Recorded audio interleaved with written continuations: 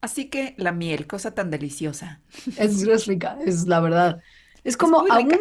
aún cuando yo la asocio de repente con estar medio enfermish, no, Ajá, como que sí. siento que la uso mucho en enfermedad, ¿no? Como que miel con limón para la garganta, tecito con miel para la garganta o el estómago. Pancito tostado Mm, con con una capa quesito y de miel. miel y canela encima y manzanas al horno como partida a la mitad, miel encima y canela también y la metes a hornear para que... O con quesito de cabra y arriba miel. Eso es muy Mm, bien. sí. Bueno, a mí me encanta la miel. La miel es rica. Y hay que agradecerle por la miel a las abejas. Tenemos un mandarax de abejas donde hablamos mucho de ellas. Y de nuestra fascinación, porque son insectos muy tremendamente extraordinarios. Ujú. A las abejas mieleras, que son las que viven en el género que se llama científicamente Apis, que justo Ajá. son las que pueden producir miel.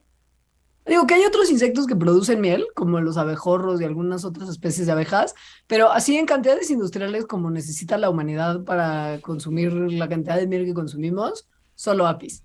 Ajá. Y esto lo hacen desde hace muchísimo tiempo. Pero O sea, muchos pero millones de mucho. años. O Cientos de sea, millones de años. sí, sí, sí, sí. No es como de, ay, sí, pues los humanos entonces por presiones de selección artificial lograron que las abejas produzcan cantidades industriales de miel. No, no, esto va desde mucho antes. Mucho, mucho, mucho antes. Entonces, a ver, se sabe que el linaje evolutivo de las abejas se separó del de las avispas hace más o menos como 120 millones de años. Justo coincide más o menos con que empezaron a evolucionar y a partir de ese entonces a diversificar, así como locas, las plantas con flor. Vaya, vaya, coincidencia, no lo creo. Muy listillo, Dios.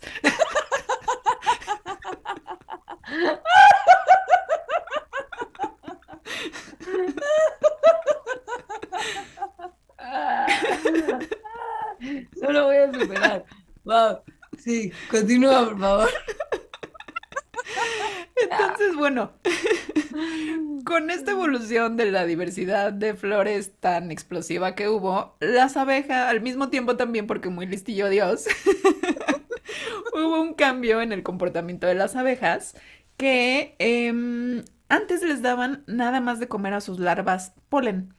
Eh, eh, Más bien, antes les daban de comer a sus larvas nada más insectos. Ok. Eran como Ujú. canibalish, medio canibalish.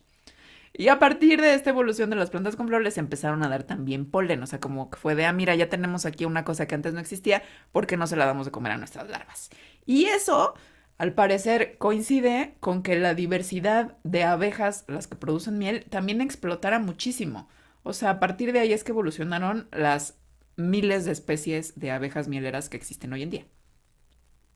No fue tan sencillo convertirse en las máquinas productoras de miel mega expertas que son ahora. O sea, hay cuestiones de comportamiento, hay cuestiones de química involucradas, hay cuestiones casi que de alquimia abejil en la que las abejas empezaron a añadir un poquito de néctar al polen para volverlo más transportable.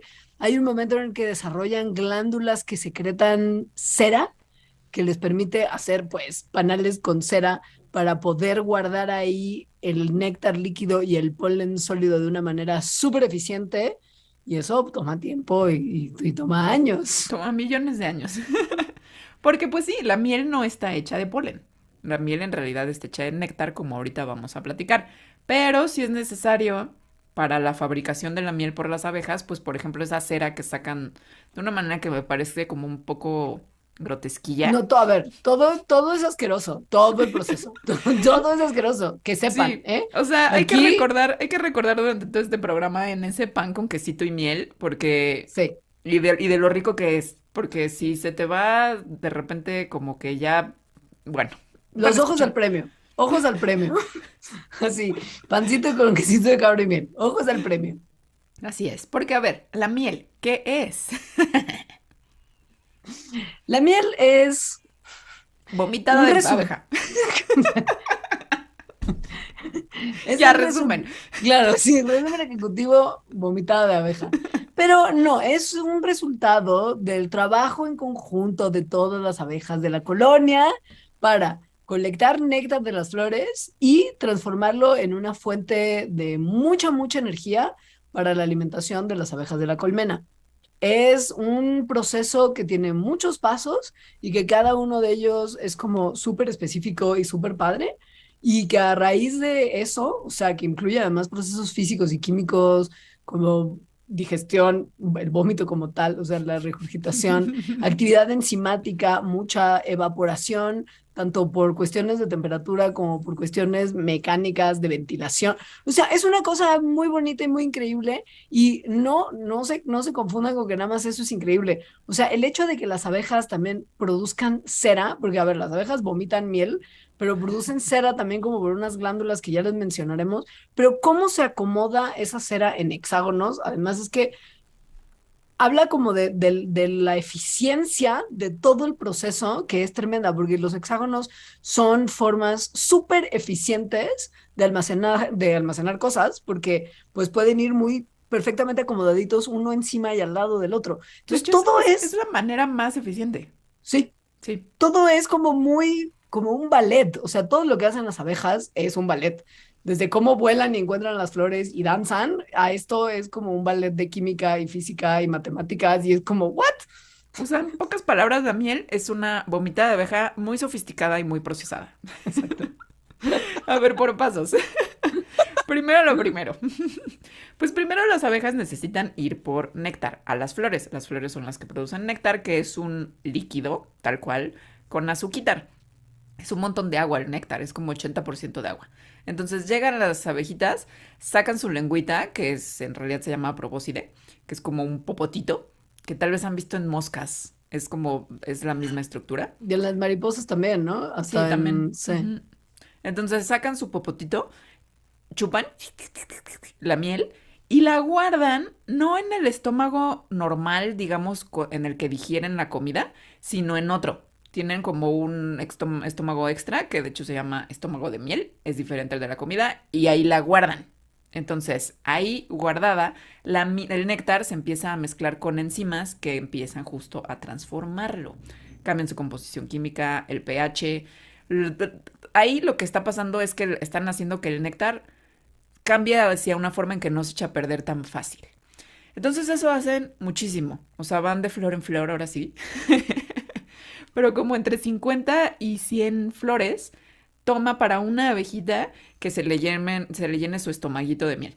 Y luego ya cuando está llenita, regresa al panal. Entonces durante todo ese tiempo que estuvo ahí yendo de flor en flor, en el estómago de miel, pues estuvo haciendo como actividad enzimática esta transformación del néctar, sobre, ¿no? Rompiendo azúcares, haciendo cosas, em, hasta que llega al panalito. El proceso enzimático de ese momento lo que busca es romper la sucrosa, bueno, como las azúcares complejas que tiene el néctar per se, en azúcares súper simples, que son glucosa y fructosa. Por eso es que la miel es mucho más fácil de digerir que el azúcar y que justo a los adultos mayores suele encantarles la miel, A porque los facilita adultos de mayores digerir, como nosotras. como nosotras. Sí, a partir de nosotras para arriba. Y eso es nada más como uno de los muchos procesos químicos que se involucran en el proceso de miel. Pero para lo bueno, ¿no? O sea, o sea, Para la vomitada. para la parte cuando se pone chido. Las abejas que salen a explorar no son las mismas abejas que colocan lo que esa abejita trajo en los hexágonos del panalito para su almacenaje y su procesamiento. No lo es. Son dos abejas distintas. Entonces, ¿qué es lo que tiene que hacer la abeja exploradora para pasarle la mezcla de néctar modificado enzimáticamente en su pancita a la abeja que se va a encargar del resto de los pasos? Pues básicamente se la vomita en la boca. Entonces, como de, hola, Mix. Y así la boquita de la otra, gracias. Y la cacha en su boquita. Y así este proceso se repite hasta que el néctar que O está... sea, pasa por muchas abejas, por muchas Sí, boquitas de abeja. Ajá. porque muchos tienen además cosas distintas que hacer con ella. Entonces, esto pasa repetidamente hasta que después de unos 20 minutos de vomitada como por muchas abejas en muchas etapas, finalmente la depositan en el panal. Y en toda la vomitadera ya perdió un buen de agua, como está ya nada más como al 20% del contenido de agua original. O sea, ya está bastante más viscosa que lo que llegó. O sea, que Ujú. el néctar que se le sacó que tenía 80% de agua, no porque como que se vaya agua en la vomitada y salpicas, sino por la transformación enzimática que está Sí, sí. ocurriendo dentro del cuerpo de cada abejita que recibe vómito y luego lo pasa a su amiga. Ahora, yo he visto que, así como en las páginas de apicultores y cosas así, son muy reticentes a decir que esto es vomitada. Se entiende, ¿no? Porque pues su negocio. Es como cuando la gente es como de, oye, ¿sabías que los huevos son como la menstruación de las gallinas? Es como de la industria de los huevos no quiere decirles así, porque taquillero no es Exacto. necesariamente, no La es. industria de la miel es lo que está ocultando, lo que oculta la apicultura. Pero bueno, lo que dicen es que lo regurgitan y que es un proceso distinto a vomitar, pero bueno, potato, potato. O sea, algo que estaba adentro sale como, como casi íntegro, es como de, güey, es lo mismo. Algo que estaba dentro del estómago, que ya se Ah, empezó a sí, sí. transformar. Bueno, en fin. Es potato, potato. Luego, a ver, ya pusieron ese líquido que ya está mucho más viscoso, o sea, porque solo tiene 20% de contenido de agua en cada hexagonito del panal. Pero ahí todavía no es miel. Todavía, o sea, sí está viscoso, pero no está tan viscoso como lo que ya conocemos como miel. Lo que hacen las abejas, entonces, ya que está ahí como supuesto en el panal, es Amo. entre todas empezar a mover sus alas rapidísimo, como ventiladorcitos, como pequeños ventiladorcitos, pero un Las montón, amo.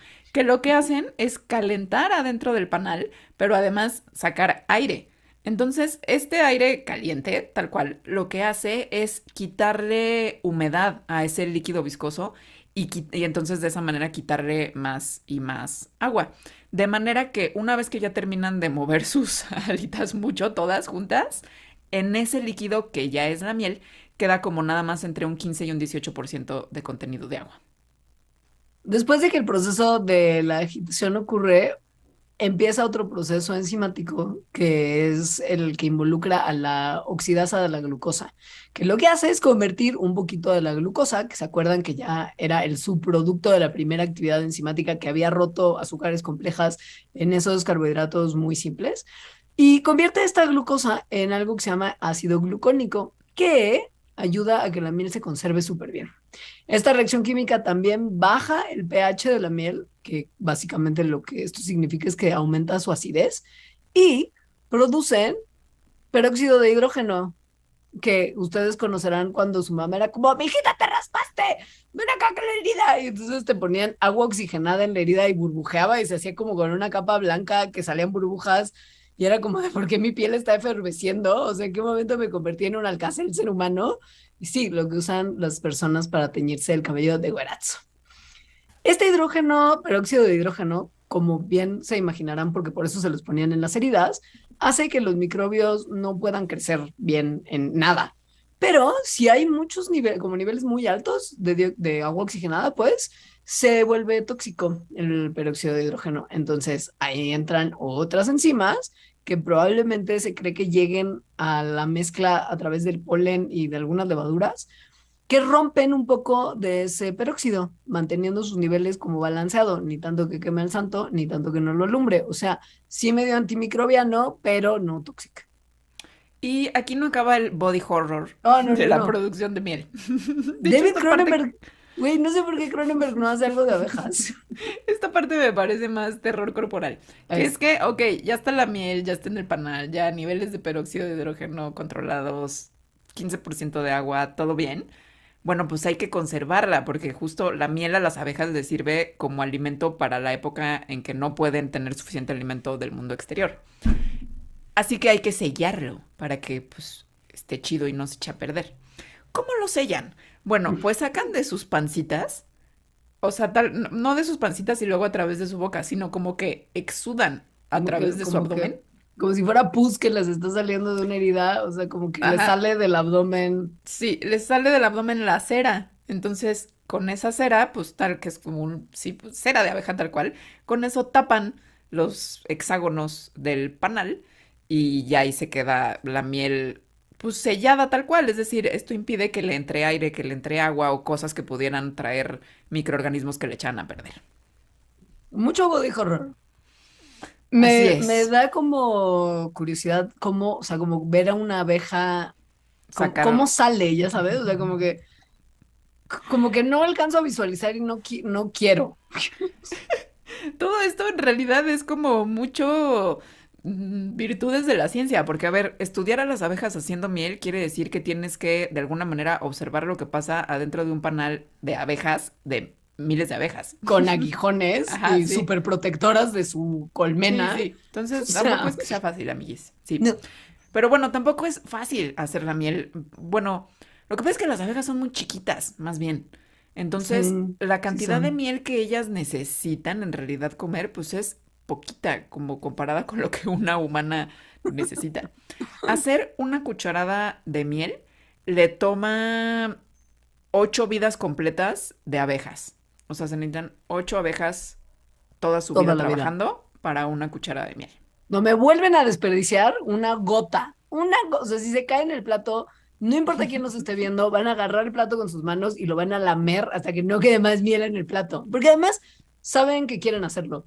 O sea, siempre que se cae miel, sabes que la quieres. O sea, que es como de, no, se desperdició. Es como que la quitas con el dedo un poquito. No, no. O sea, sin ceremonia, agarren el plato y lo lamen. Y si alguien les dice que eso no se hace, les dices, 8 abejas tomaron toda su vida para producir esta gotita de miel que se está quedando. ¿Tú crees que la puedo desperdiciar? Y entonces la Esto persona va que por los humilló, ustedes. claro, güey, la persona que quiso como shamearlos porque estaban haciendo algo de poca educación, van a quedar como unos cretinos que querían así desperdiciar la vida de 8 abejas. Así es. Entonces, no importa que no sea la medida correcta, pero ustedes calculen 4 abejas toda la vida por la gota que están lamiendo, O, con eso o, ya. o media vida de una abeja. Es Sí, sí, media sí. vida de una abeja. De un ser vivo, Sí, lindísimo, que sí. danza.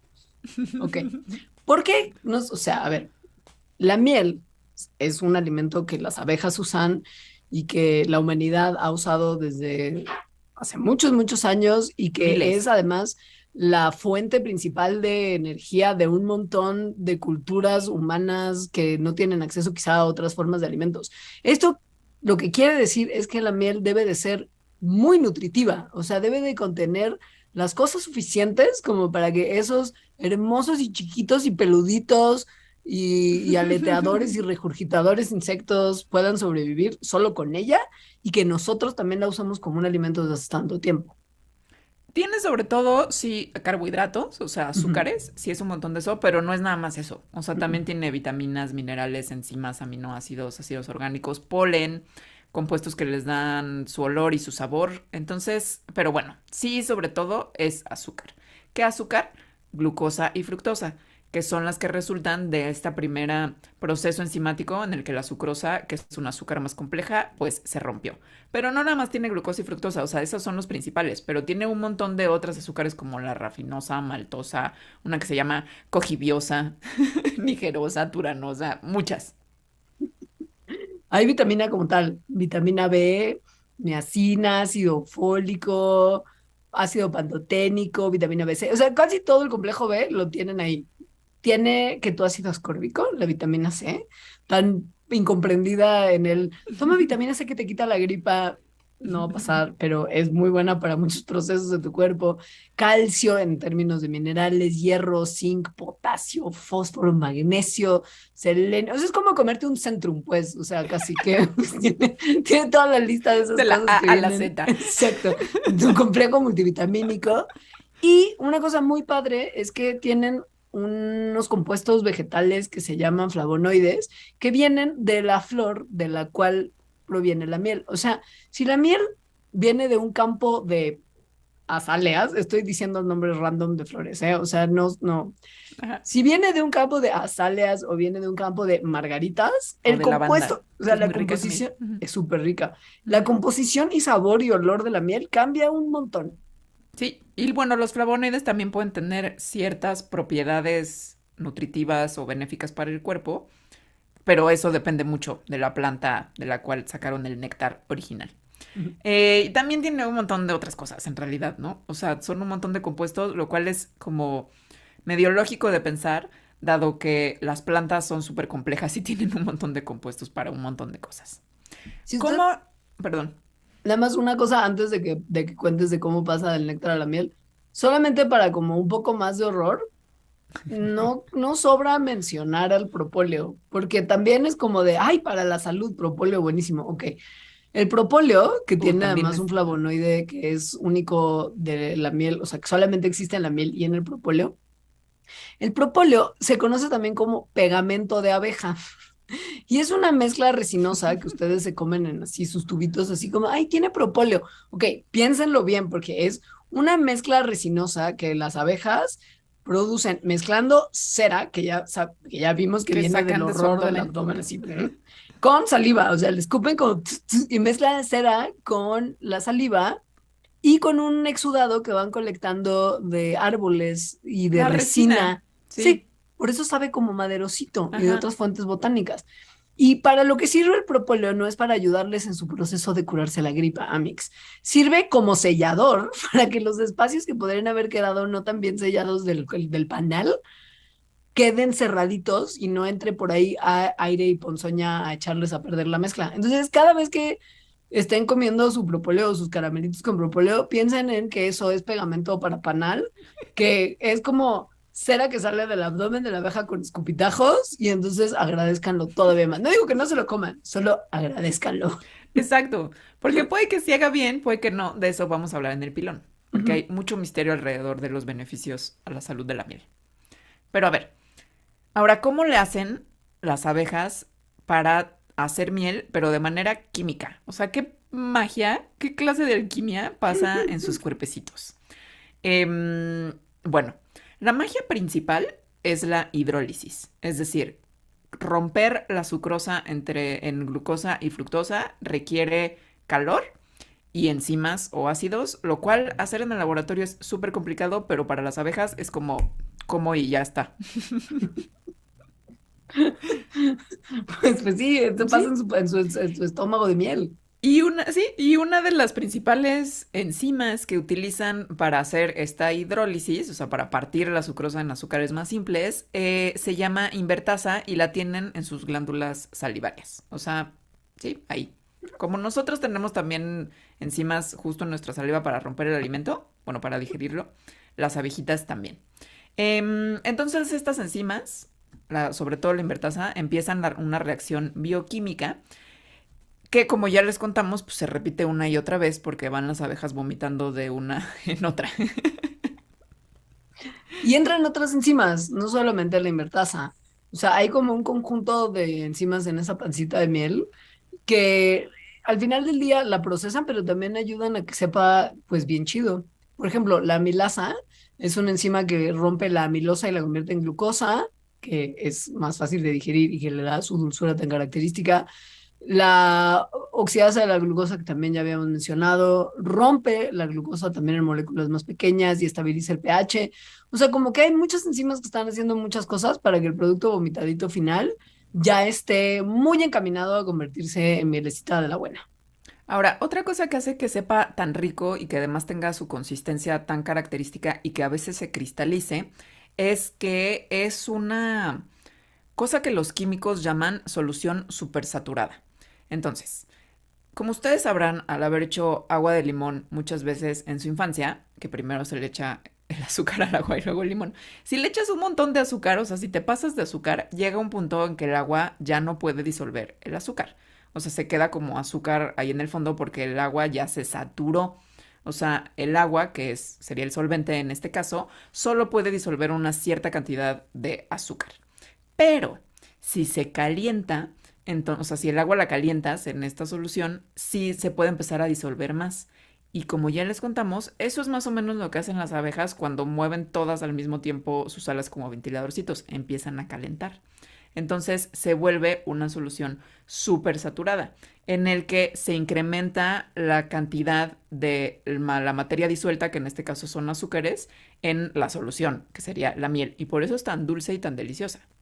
Pero por eso también se cristaliza, porque las soluciones supersaturadas tienden a que en algún momento entre al juego la cristalización, que es cuando grandes cadenas de glucosa, que es básicamente mucho de lo que hay en la miel, se rompen. y las moléculas de glucosa que formaban parte de esa cadena se empiezan como a pegar las unas con las otras, normalmente alrededor de una cosa que no es una molécula de azúcar, que en el caso de la miel puede ser una partícula de polvo o una partícula de polen, a la que se como que se pegan los cristalitos, bueno, las moleculitas de glucosa y se van formando cristalitos.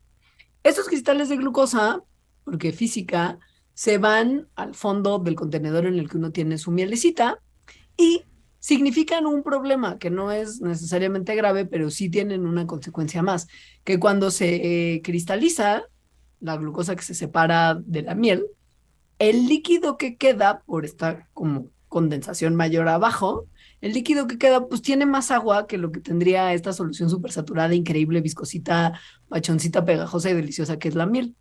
Y como ya hay más agua, microorganismos que antes no se podían reproducir tan fácilmente en la miel porque no tenían el agua suficiente, ahora dicen, creo que ya puedo empezar mi proceso de reproducción, como por ejemplo las levaduras. Y las levaduras que además tienen en este momento agua suficiente y una fuente tremendamente amplia de azúcar para comerse, empiezan a hacer que la miel se fermente. Entonces, la miel cristalizada, por eso a veces se vuelve tepachosa antes que la miel que no está cristalizada, porque fermenta. Y hay algunas cosas que se han dado cuenta que hacen que la miel tenga esta tendencia a cristalizarse más, como por ejemplo cuando ya se le saca del panal, sobre todo cuando se le saca como con bombas o extractores o cosas así, porque al hacer eso justo se le meten como estas partículas, como un polvito, una partícula de polen que es alrededor de lo cual se empieza a cristalizar la glucosa. También si la miel pues está más expuesta justo al polvo, a burbujas de aire, a cosas que hay en el ambiente, va a tender a cristalizarse más. No pasa nada. No O pasa sea, nada la pueden seguir porque la comiendo. vuelves a calentar tantito a baño María y ya. Me encanta el baño María como un concepto y que de la miel, o sea, el baño María y la miel son los mejores amigos del mundo, de la vida. Y cuando ya sientes que ya se empezó a separar y ya empieza a estar otra vez líquida y que anticipas el panecito, recuerden, ojo en el premio, ya anticipas el panecito con queso de cabra y miel, es como de, todo valió la pena. Pero Ujú. ¿por qué a baño María? Porque el calor hace cambios químicos en la miel y en un montón de cosas. Incluso de esto ya hemos hablado en otro Mandarax, no sé si en el de la cocinada o en el Sí. de los misterios de algo que tenía que ver con la cocina, pero estoy segura que ya hemos hablado de la reacción de Maillard, porque es lo que hace que la tapita del muffin sepa más chévere que Mm, la parte de adentro del sí. muffin. O la costra de cualquier pan. Es Ajá. una reacción que hace que las cosas sepan más rico. Y no solo que sepan más rico, sino que se vuelvan más cafecitas. O sea, Mm. las cosas que están caramelizadas no es que estén quemadas o tostadas, sino se vuelven más oscuras por la reacción de Maillard. Entonces, a la miel le pasa algo así cuando se calienta. Em, sí, o sea, los aminoácidos que existen en la miel empiezan a reaccionar con azúcares y empieza una caramelización, que es básicamente la reacción de Maillard, y por eso se empieza a volver más oscurita también. O sea, cambia de color. Lo, lo que sucede es que probablemente el que esto le pase, o sea, calentarla, hace que se creen unos compuestos que originalmente no tenía la miel, sino que sobre todo uno que se llama hidroximetal furfural, Fufurufu. HMF para los amigos, que pues según algunos estudios puede ser muy malo, según algunos otros no. Para las abejas sí es muy malo. O sea, si esto pasa en un panal y en la miel que se comen las abejas, se mueren. O sea, el HMF es mortal para ellas. Esto no solamente pasa con la miel, ojo con esto, porque muchas de las cosas que uno consume sin saberlo tienen un buen de esta sustancia. Le pasa también al jarabe de maíz de alta fructosa, porque en realidad el HMF para los cuates es lo que se produce cuando particularmente la fructosa se calienta. Entonces, uno cuando mete su, qué sé yo, lechita con, voy a decir Con cualquier miel. estupidez, con, sí, o Sí. con, pon tú que Hershey's, que tiene como endulzante jarabe de Ujú. maíz de alta fructosa al micro para que esté calentito, se produce esto que es el HMF. ¿Qué hubole con esto? A las abejas las mata, a nosotros, ¿qué nos hace? Porque además ese HMF se produce a temperaturas relativamente bajas.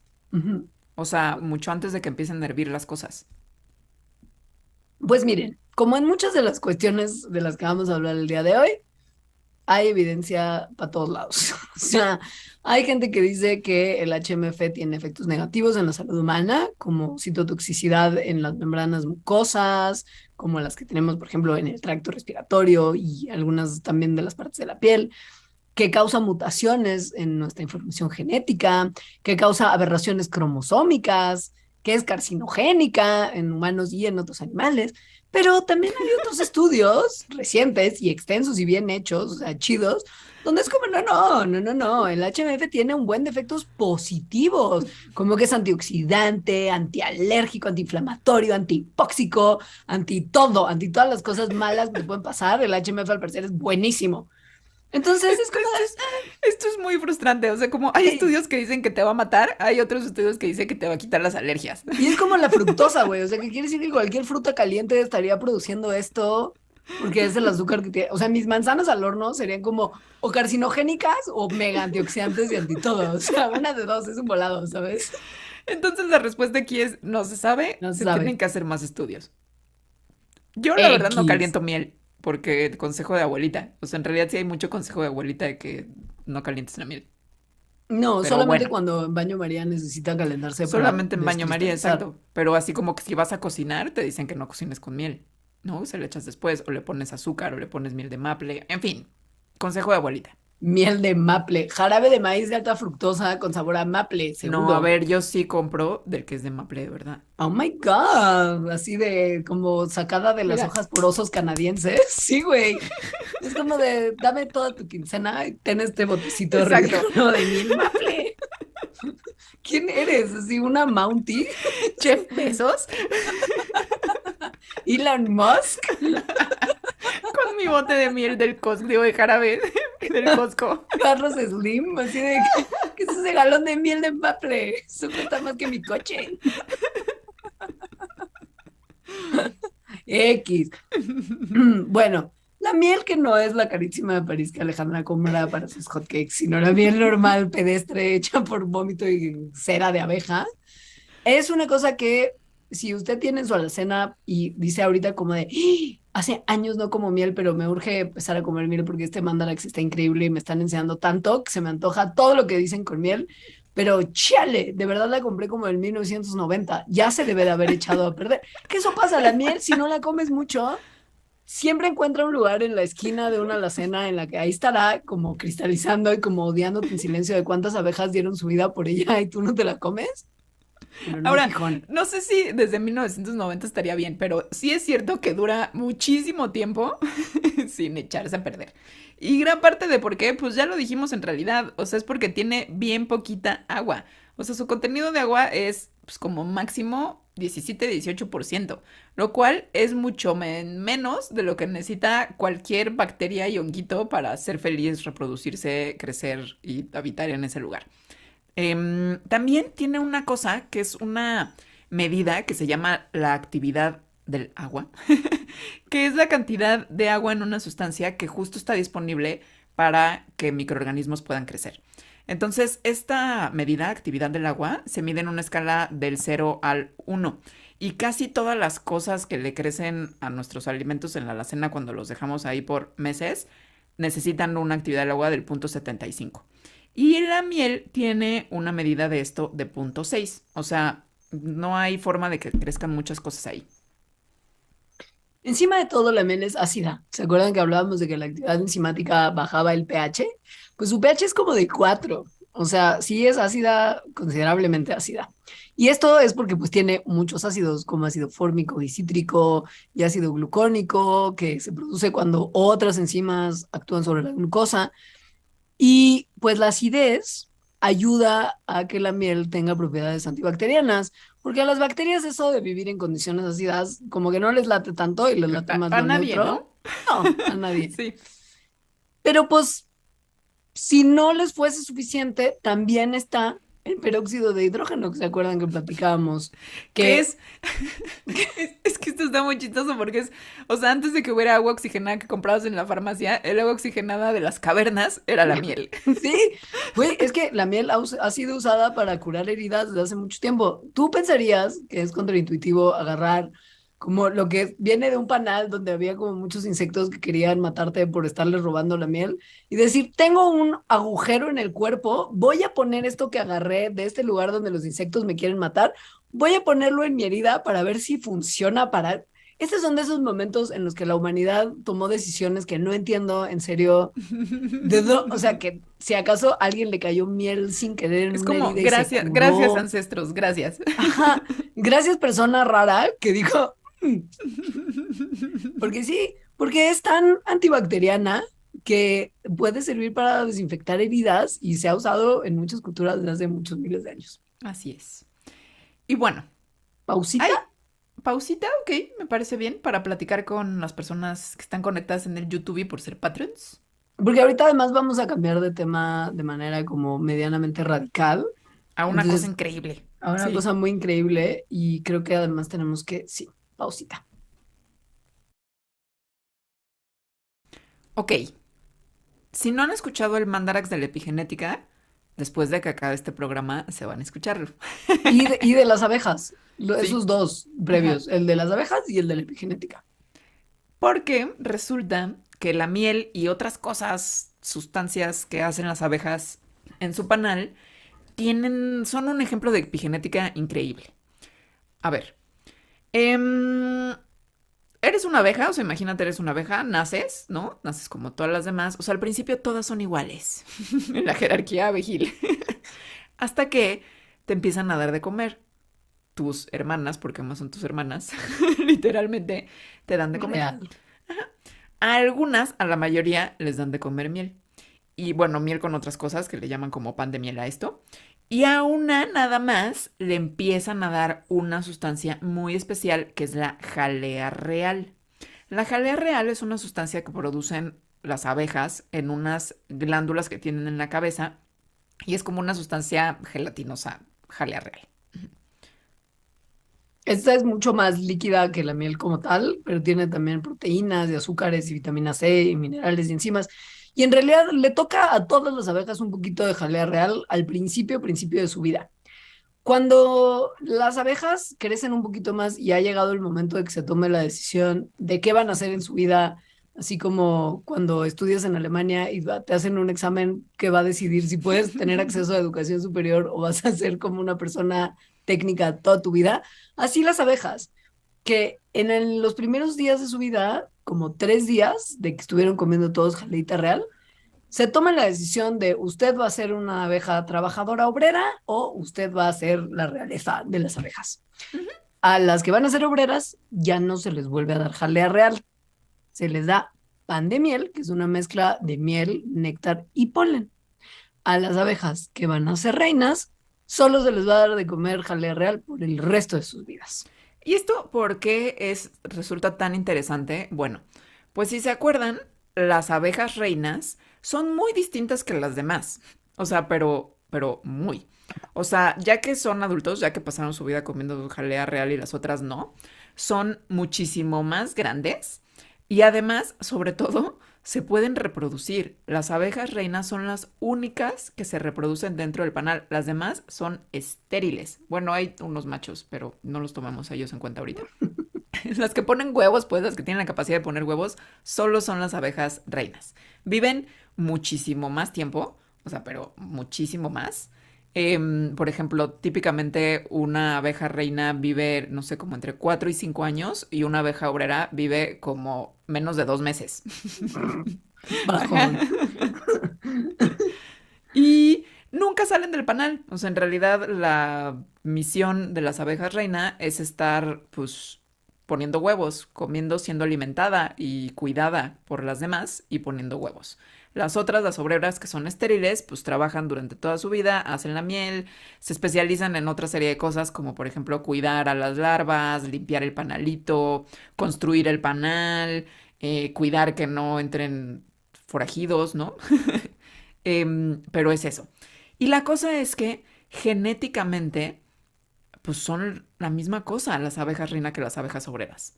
Esas diferencias tan radicales en su reproducción, en su fisiología, en su cuerpito y en su comportamiento, al parecer están dadas por otra cosa que no es la genética.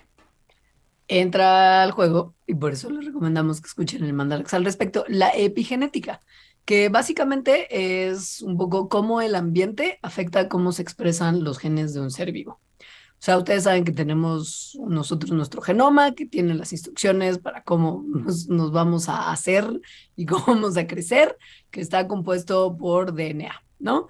Esta clase de genética nos la vamos a saltar, pero que se sepa que a diferencia de lo que se creía hace mucho tiempo, que era una cosa muy rígida, en realidad no es tan rígida esta cosa de que el DNA da instrucciones así como, no es como, Siempre las mismas instrucciones, de la ajá, misma manera, o sea, como uno a uno. sí o sí, ¿no? Ujú. Es como más bien piensan en como una cocina. Tienes una receta, pero a ti no te late el cilantro, entonces no le echas cilantro, le echas comino, qué sé yo. Que es Como que hay súper easy. posibilidad de cambiar. Y esos pequeños cambios son muy parecidos a lo que pasa en nuestro genoma en forma de cambios epigenéticos. Son alteraciones a nuestra genética que no cambian el código genético. O sea, va a seguir siendo la misma, el mismo platillo si cambias un pequeñito ingrediente o dos. O si le echas un poco más. O sea, no Ujú. cambian el código genético, alteran solamente su expresión. Exacto. Ajá. Y hay varias maneras de cambiar la expresión. Esto es algo que pasa toda nuestra vida, todo el tiempo. O sea, sí, escuchen el programa de epigenética. Sí. Y una de las cosas que justo cambia la expresión de los genes es la dieta.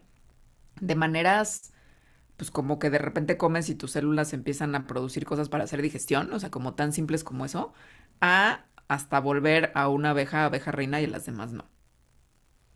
Entonces, como decíamos, las abejas reina y las abejas obreras de un mismo panal, pues son casi genéticamente idénticas. O sea, son hermanas muy cercanas, pero además más cercanas por su tipo de reproducción de lo que eres tú con tu hermana. O sea, comparten más genes que los que comparten las hermanas humanas, digamos. Por eso es lo que los hace casi genéticamente idénticas. La diferencia es que comen diferente cuando eran chiquitas, ¿no? Cuando eran larvas. Y se ha visto que hay una proteína específica, o más bien como un patrón de proteínas específicas en el genoma que justo determina si te haces reina o si te haces obrera. Esos patrones de proteínas son de unas proteínas muy importantes que se llaman histonas y que funcionan como switches que controlan cómo se desarrollan las larvas y pues la dieta como tal determina si el switch está activado o está desactivado. Como que el programa por default, como que el switch activado, perdón, el switch desactivado es el programa abeja reina, pero con la dieta hay como la encendida de ese switch que desactiva como el programa de desarrollo de reina y que da lugar al desarrollo de obrera. Y esto es en respuesta a dieta específica. A eso que comen diferente cuando son Ajá. larvas.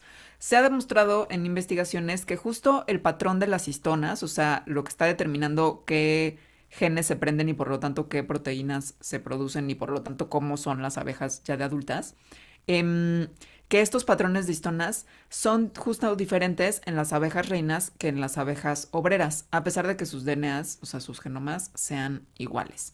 Entonces, es el patrón epigenético lo que está dando todas estas diferencias en el aspecto, diferencias funcionales, etcétera. Em, ajá, sí. Ahora, lo que se entendía hace mucho tiempo es que, pues, a ver, la diferencia de la dieta es muy clara, ¿no? Abejitas que van a ser obreras dejan de comer jalea real y empiezan a comer pan de abeja. Las abejas reina solo comen abeja real. Entonces, lo que debe de determinar si una abeja es reina, pues es que come todo el tiempo abeja real, Jalea perdón, real. jalea real. Porque Y, además se llama jalea real. güey, es así como se llama. Y pues, obvio, eso es como lo que tiene los superpoderes de hacer la reina. Y como las otras ya no comieron eso, pues no se convirtieron en reinas, ¿no? Eso es como lo que se entendía en algún momento y lo que parecería tener más sentido. Más sentido, sobre todo pensándolo como humanamente hablando, ¿no? Como te doy Sí. de comer más chido y entonces te conviertes en alguien más chido. Porque eres la reina. Pero pues es que, ¿sabes qué pasa? Al parecer no necesariamente era la jalea real como tal, sino la miel. O sea, no era como de, ah, pobre obrera. como no tienes jalea real, tus ovarios se van a hacer todos chiquitos y no te vas a poder reproducir. Esto, No, ajá, o sea, ya esto, como que la idea de que eso, de que la jalea real, de que quitarles de jalea real a las que se van a convertir en obreras para que no se convirtieran en reinas, hasta se le decía como si fuera una castración nutritiva, o sea, o nutricional, de que ya no vas a poder ser lo que eras porque te estoy quitando esta comida de los dioses. pues no es así. Básicamente ahora se entiende que el no darle a la reina pancito de abeja es lo que lo hace real, no el acceso a la jalea real. O sea, O sea, sí, que el pan de abeja, que el miel y el polen tienen cosas que en realidad hacen que, o sea, previenen que las otras se vuelvan reinas. como echando a perder sus ovarios y así, como que igual también es Sí. medio como gore, pero pues, funciona, funciona. Y también tienen que entender que esto, por lo que ya había mencionado Alejandra, de que no es necesariamente fácil tampoco como meterte a los niditos donde están todas las larvas para ver a quién se le da de comer, que ella sí, y estudiar con tanto detalle el desarrollo temprano de las abejas. Hay como cosas que no necesariamente se pueden explicar de manera tan simple, ¿no? Como de, te toca pan de miel, entonces bien, te toca jalea real, entonces mal, o viceversa. No es tan sencillo. Pero bueno, lo que vieron es que, a ver, tanto el pan de miel como la miel, o sea, sí, y el polen, pues vienen de plantas. Y las plantas tienen un montón de compuestos químicos, muchos de los cuales, pues, están ahí o se evolucionaron porque evitan que insectos se coman a las plantas. Defensa. Ujú. Defensa, tal cual. En cambio, la jalea real no tiene este tipo de compuestos. La jalea real pues sale básicamente de las abejas, o sea, lo producen las abejas con unas glándulas especiales que tienen. Y cuando se ve químicamente, pues sí, no tiene ninguno de estos compuestos que se llaman compuestos fenólicos que la miel sí tiene. Se ha visto que estos compuestos fenólicos, que también les podemos llamar flavonoides, incrementan la respuesta inmune de las abejas obreras, lo cual pues está bien, ¿no? O sea, porque eso quiere decir que las ayudan a estar mejor. Pero eso llevó como a algunas personas a preguntarse qué pasaría si se les da compuestos fenólicos a las abejas cuando no son adultas, ¿no? O sea, cuando todavía están más chiquitas, La larva como tal. a la larva como tal. Sí. Ujú. Y pues el experimento básicamente en el que averiguamos esto que les estamos contando es, le dieron a dos grupitos de larvas de abejas comida, una que tenía ácido P-cumárico, que es un flavonoide muy común, y a las otras les dieron comidita sin este flavonoide. Y de ahí se pusieron a ver qué genes se activaban en qué grupo. Y los Y resultados, aunque pues sí, sí, esto no lo hicieron para, o sea, no lo hicieron pensando que unas les iban a salir obreras y otras reinas. Lo no, hicieron pensando en el sistema inmune.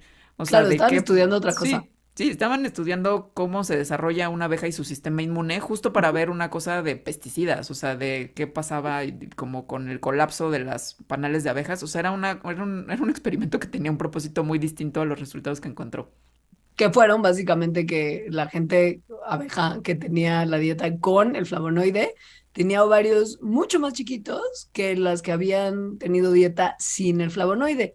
Y ahí está el meollo del asunto, porque ¿qué es lo que hace a la abeja reina? La abeja reina que tiene sus funciones reproductivas activas y Sobre las todo otras eso, sí. no. Ajá. Pues sí, Entonces ahí es cuando dijeron, ah, ¿qué huele con esto? Vamos a ver qué huele con los genes. Y entonces vieron que 14 de los genes que ya se sabía por otras investigaciones que están involucrados en las diferencias en su expresión que hace que las reinas sean reinas y las obreras sean obreras, esos 14 genes estaban sobre regulados, o sea, habían incrementado su expresión.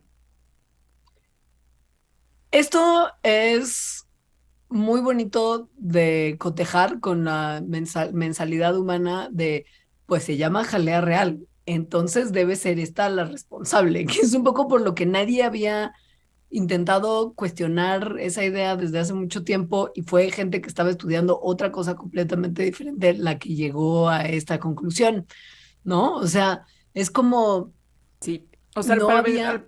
al Sí. parecer lo que sucede es que el ácido P-cúmarico, que es un flavonoide evoluciona en las plantas para defenderse, pues no es la mejor idea. Bueno, tiene consecuencias en cómo se desarrolla justo un insecto. Ajá, no se veía como para nada clara la relación entre una cosa y otra, pero lo que es un ejemplo muy bonito de cómo a lo largo de la evolución hay ocurrencias como que estas sustancias químicas que tienen las plantas, que son súper comunes, fueron reclutadas por unos insectos adorables para ser así fundamentales en su regulación genética y en su posterior supervivencia como así sociedad compleja, ¿no? Es como usando cosas del ambiente, lograron solucionar un problema que no quizá les hubiera, o sea, que si no hubieran logrado resolver, les hubieran tomado un camino mucho más largo llegar a ser tan complejas en su estructura como lo son, que es el tener como a esta figura que es la reina y a todas las otras abejas que tienen funciones súper determinadas y que les permiten una organización tremenda.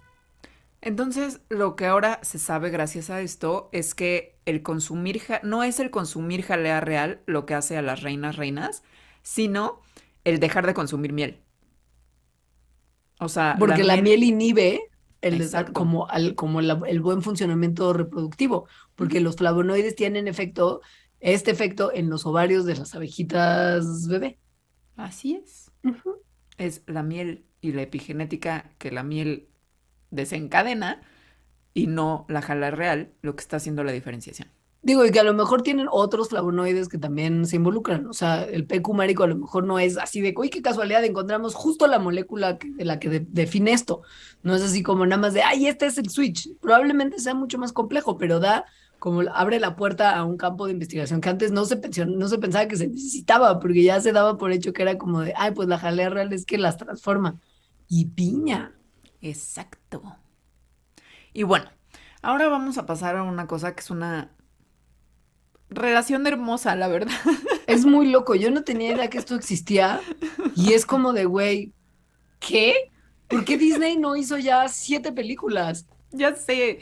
A ver, seguramente han visto así en documentales de la naturaleza estos ejemplos que hacen como llorar de cooperación de humanos con animales silvestres o animales salvajes.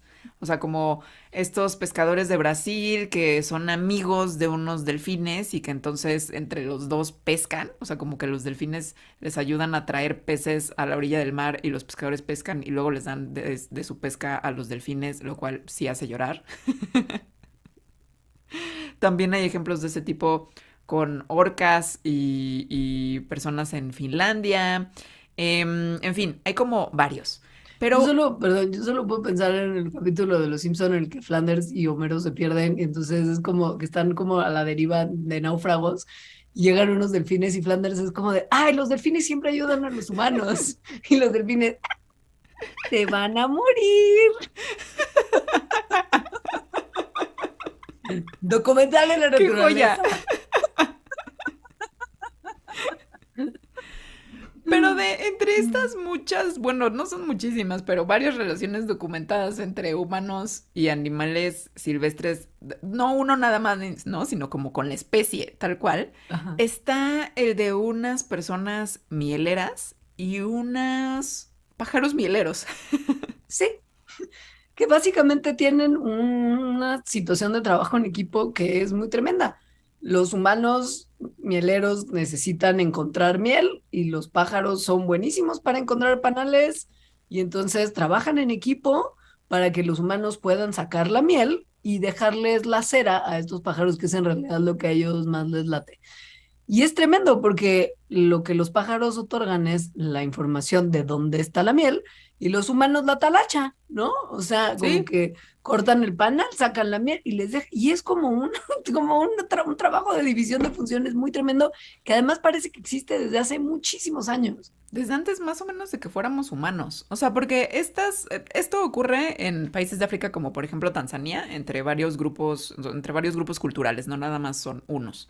Em, Y estas panales de abeja están en unos lugares bien difíciles de llegar. O sea, no Y son sobre así todo como de oso yogi que está ahí. y de encontrar, o sea, deja tú de llegar, o sea, no habría manera que los encontraras, no es Ah, nada simple. sí, no, están como en unos medio riscos. En YouTube pueden ver videos, o sea, como, sí, como en paredes de piedra, así como metidos ahí, muy difíciles de ver, pero una vez que ya los ven, gracias a que estas aves van y les dicen dónde están, se tienen que trepar. Hay abejas, entonces tienen que espantar a las abejas con humo y tienen además como que cortar el panal con unas hachas que llevan. Ahí ya bajan entonces el panal, se quedan ellos con la miel y le dan la cera a los pájaros, que es su alimento, básicamente. Pero entonces se ha visto que esta relación muy probablemente tenga más de 1 millón de años ocurriendo. Es decir, que desde que nuestros ancestros, que todavía no eran Homo sapiens, podían usar el fuego y hachas, básicamente, esto ocurre. Se sospecha que quizá, tal vez hasta podría haber tenido algo que ver esta relación con la satisfacción energética de los grandes y horrorosos cerebros humanos que necesitan tanta energía y que permitió eventualmente que surgieran los humanos modernos. ¿Por qué? Porque hay lugares donde hay muy poca disponibilidad de alimentos y para que estos humanos primitivos sobrevivieran, a veces la miel constituía hasta el 80% de las calorías que consumían en un mes. O sea, esta relación entre humano y pajarito chismeador era como de donde venía un montón. Puede que nos haya traído hasta aquí. Exacto. De ahí dependía como la alimentación de estos humanos primitivos, WTF, o sea, Sí, It Began in Africa con estos pájaros con y la miel. pájaros. Pero a ver, lo que se vio hace poco, que es lo que es más sorprendente de lo que les estamos diciendo, es que la relación de estos pájaros que son guías mieleros con ciertas culturas que siguen viviendo en África es tan cercana que tienen llamadas especiales. O sea, como que se hablan tal cual.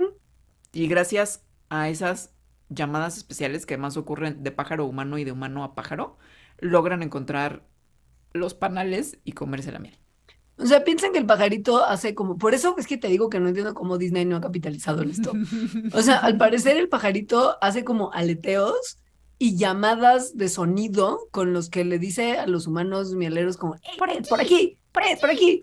Y los humanos también tienen unos sonidos que producen que llaman a estos pájaros, que es como, pues como una combinación de sonidos que además estos pájaros se ha visto que responden a estos sonidos en particular. O sea, que aprendieron que ese sonido quiere decir, este humano quiere miel, si yo lo llevo a la miel, me va a tocar comer panalito.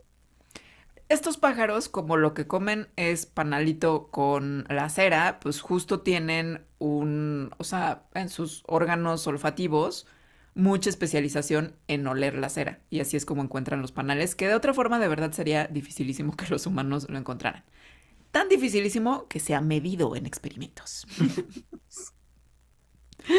Entonces, a ver, en un experimento justo que se hizo en el que ponían a unas personas de una cultura que se llama Yao, que justo son de las culturas que tienen esta relación con estos pájaros, pusieron a personas a hacer las distintas vocalizaciones que hacen para, como específicas para comunicarse con las aves. Y luego los pusieron como a hacer otros sonidos, o sea, otros sonidos, ¿no? Como hablar con sus amiguis, pero no sus amiguis pájaros. Em, y entonces vieron que las aves era el doble de probable que le dieran ayuda a las personas cuando hacían los sonidos específicos que cuando hacían cualquier otro tipo de sonido. El doble. O El sea, doble. sí hay una cosa de que las aves saben que les están hablando para algo. Pues es una señal que ellas entienden como este humano va a ser un buen colaborador para conseguirme panelito, lo voy a ayudar. Y son súper eficaces. O sea, cuando estos cazadores de miel yao tienen a un pajarito ayudante, encuentran panales el 75% de las veces. que es mucha eficiencia considerando que no es nada fácil encontrar panales en esas circunstancias. Ujú, ujú. De hecho, este 75% de las veces es el doble de lo que le atinan a encontrar un panal cuando no tienen la ayuda de un pajarito. Ujú. Es muy bonito además que el pajarito puede ser reclutado con el chiflidito gruñidito, pero también hay casos en los que el pajarito llega a buscar a ver si algún amigo humano quiere comer miel y va a reclutar a ayudantes para así como de vamos todos a cazar panalito y comemos todos mielecita y llegan donde están los humanos y como que les platican como que hacen ruiditos que señalan que está interesado el pajarito en ir de excursión y empieza la excursión y cuando llegan al árbol correcto, el pajarito hace más ruiditos y mueve sus colitas y aletea. O sea, hay una señalización clarísima de colaboración de esta ave. Está impresionante porque además no nada más ocurre con los Yao, que son un grupo que vive en Mozambique, sino con otros. O sea, también ocurre, por ejemplo, en Tanzania. En Tanzania ocurre con un grupo que se llaman los Hadza, que son muy estudiados por muchas cosas porque son de los pocos que siguen siendo cazadores recolectores actualmente. Y tienen, o sea, también tienen esta relación con los pájaros, pero sus llamadas son otras, pues porque son otra cultura. Claro. O sea, sí, como que sí, sí, los ruiditos que hacen los humanos son diferentes. Entonces, lo que quieren ver, que es lo que, o sea, como lo lógico que esperan que ocurra, es que las aves de los diferentes lugares sí puedan responder a los llamados, pues, específicos de las culturas con las que están conviviendo. Ahora que tendría sentido que sí, porque evolutivamente esta colaboración y el que se reconozcan estos patrones de sonido, pues hace sentido, ¿no? Porque al ahorrar sus esfuerzos de ir a buscar los pajaritos solos, los panales sin tener ayudantes humanos, aumenta mucho las probabilidades de tener una recompensa de panalito. O sea, Sí. sí también para ellos es mucho más eficiente llevar a un humano ayudante que ir solos a tratar de ver si logran, pues de alguna manera, como ganarle a las abejas y comerse su panal. Y ahora, hay aquí un misterio de la ciencia. Misterio de la ciencia. Que es que estas aves son parásitas de nido, como los cucos. Esto significa que cuando mamá pájaro va a poner su huevito, no se toma la molestia y el tiempo en hacer su propio nido, sino que va y lo pone en el nido de otra especie. Y ahí lo deja y que la otra especie, o sea, que la mamá de esa otra especie le nazca un polluelo diferente y lo alimente y ella se va a hacer su vida. Esto lo que significa es que los polluelos de las aves de la miel no aprenden de sus papás los sonidos que le tienen que hacer a los humanos. No aprenden nada de sus papás, ¿no? ¿No? Porque pues tienen en realidad papás postizos que no tienen este tipo de comportamiento. Entonces, este es un misterio de la ciencia. ¿Cómo le hacen las aves, los polluelos jóvenes de esta especie para comenzar a reconocer las llamadas de sus amiguis humanos? Lo que es muy sacante de onda es que no sabemos cuánto tiempo quede para estudiar esto, porque este tipo de vínculos y porque la actividad humana misma ya no parecen tener como mucho tiempo de vida, porque la civilización es un lugar horrible y quién sabe cuánto tiempo más va a durar que haya estas culturas que todavía van de cacería de miel con sus amigos pajaritos. Y esto va a ser un mega bajón, porque pues, los humanos encontrarán otra cosa que comer, pero ¿y los pajaritos qué van a hacer? ¿Qué van No a sé. hacer? Van ¿Qué a van a comer otra hacer? cosa. O les van a picar las abejas cuando vayan por sus... Esto es súper sad. No había, uy, no había pensado en esto, pero Bueno, con eso terminamos el programa, excepto para los Patreons, que les tenemos el pilón en el que les vamos a hablar de cuál es la evidencia científica de qué hace la miel en la salud humana. esto está interesante porque los va a hacer querer todavía más ir a comer su pancito con queso de cabra y miel. Provecho para los que lo van a hacer. Muchas gracias por escucharnos. Gracias por compartir Mandarax con todos sus familiares, amigos, conocidos, alumnos, todo. Y pues hasta la próxima. Adiós. Adiós.